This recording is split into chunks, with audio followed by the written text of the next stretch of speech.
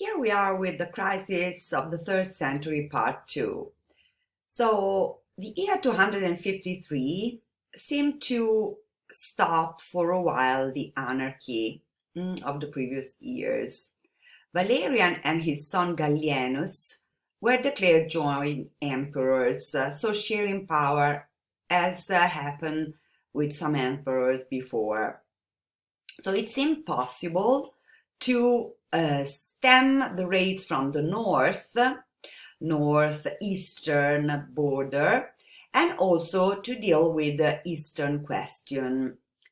Valerian went to the east for the Persian War, so the war against the Persians, replacing the Parthians, if you remember, in the formidable and centralized empire onto the far eastern border of the empire, while Gallienus turned to the western provinces, so to stem the raids from the border on the Rhine and Danube rivers. So Gallienus was sharing the power with his father Valerian, but carried alone until he was murdered, because Valerian had been captured by the Persians and humiliated in 259.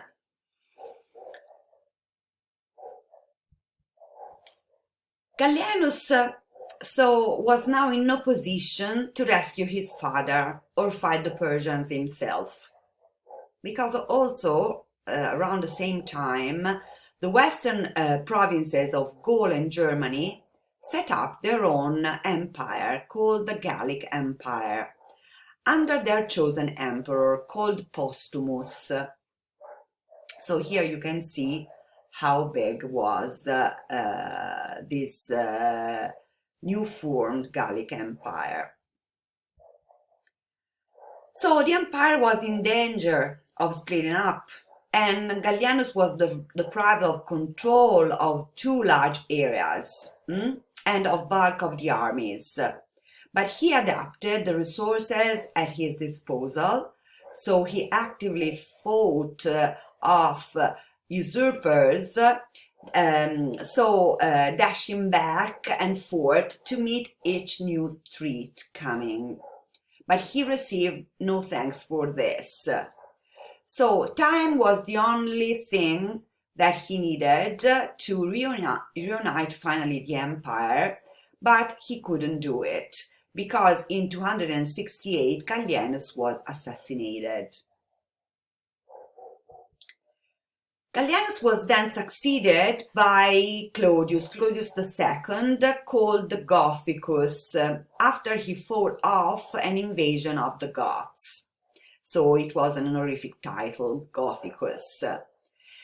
Claudius then died in 270, but it was one of the few who escaped assassination, because he died of plague.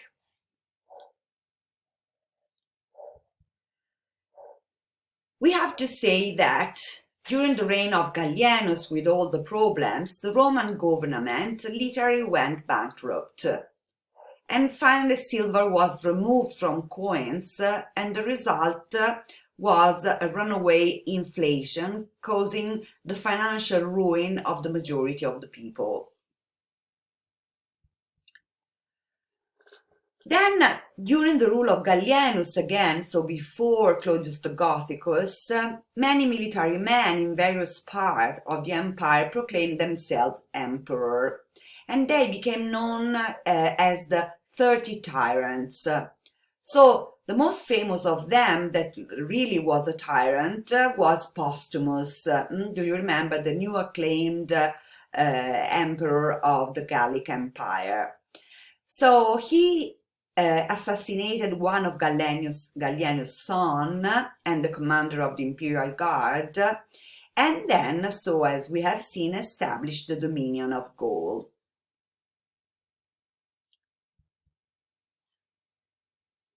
Then, finally, Aurelian became emperor in 270, and temporarily was able to avert the threats from outside, and dealt with two dangerous outbreaks of separatism. The one in Gaul, so led by Postumus, with his own senate, that then survived for several years, only till when its fifth ruler surrendered to Aurelian's army in 271. Then there was another separatist empire, the influential empire created by the city of Palmyra under its formidable regent, Queen Zenobia. So this was a big threat, another big threat of Roman rule in the east. Then the city was finally destroyed after a long negotiation of Aurelian at the head of his troops, and Zenobia was brought back to Rome to work in Aurelian's triumph, after which she was granted a generous pension. So here you can see the situation with, in red, the Roman Empire, in green, the Gallic Empire, and in yellow, the Palmyrene Empire. So this is the situation under Aurelian. And so with these big threats of separatism, new competing empires created.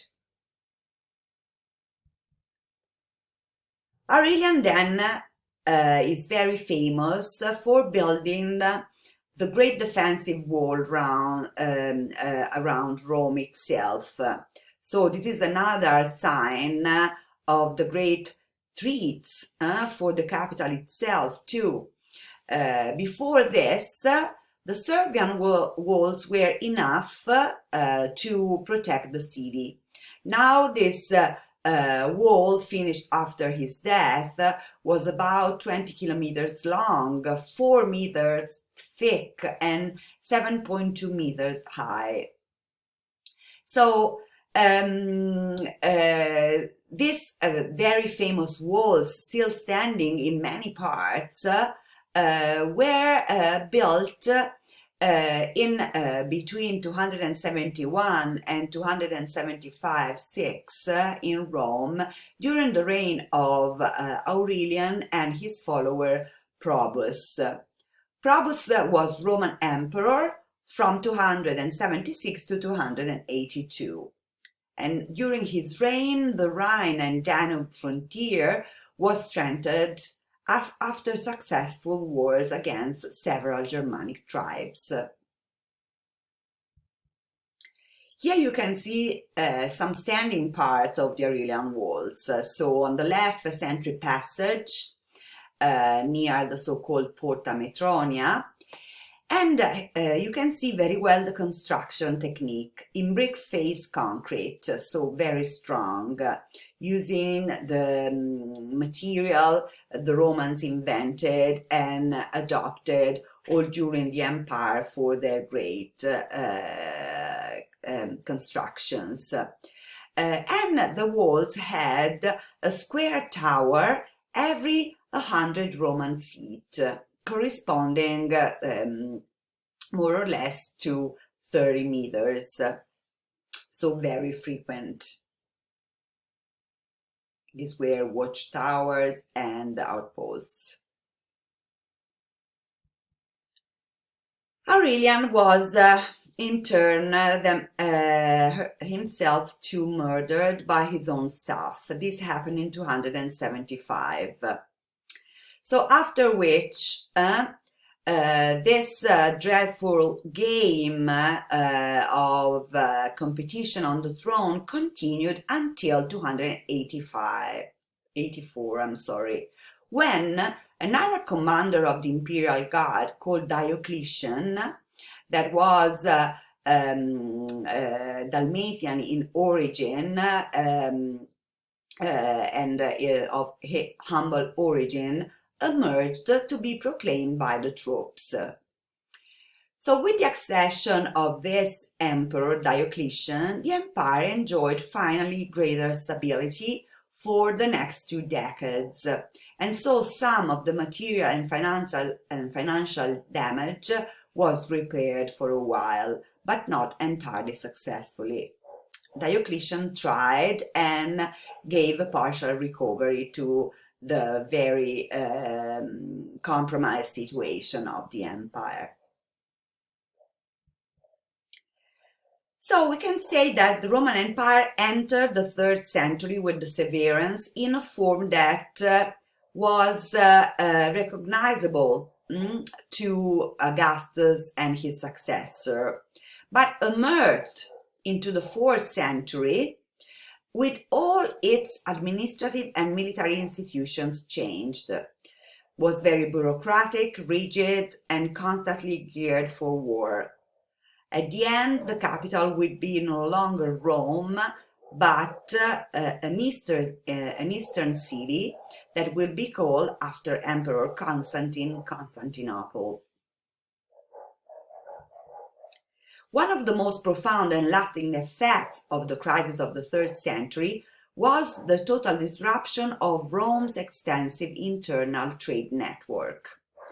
So, the empire economy during the long period of the Pax Romana, so basically the 1st and 2nd centuries CE, the empire's economy depended in large part on trade between Mediterranean ports and across the extensive road system to the empire's interior.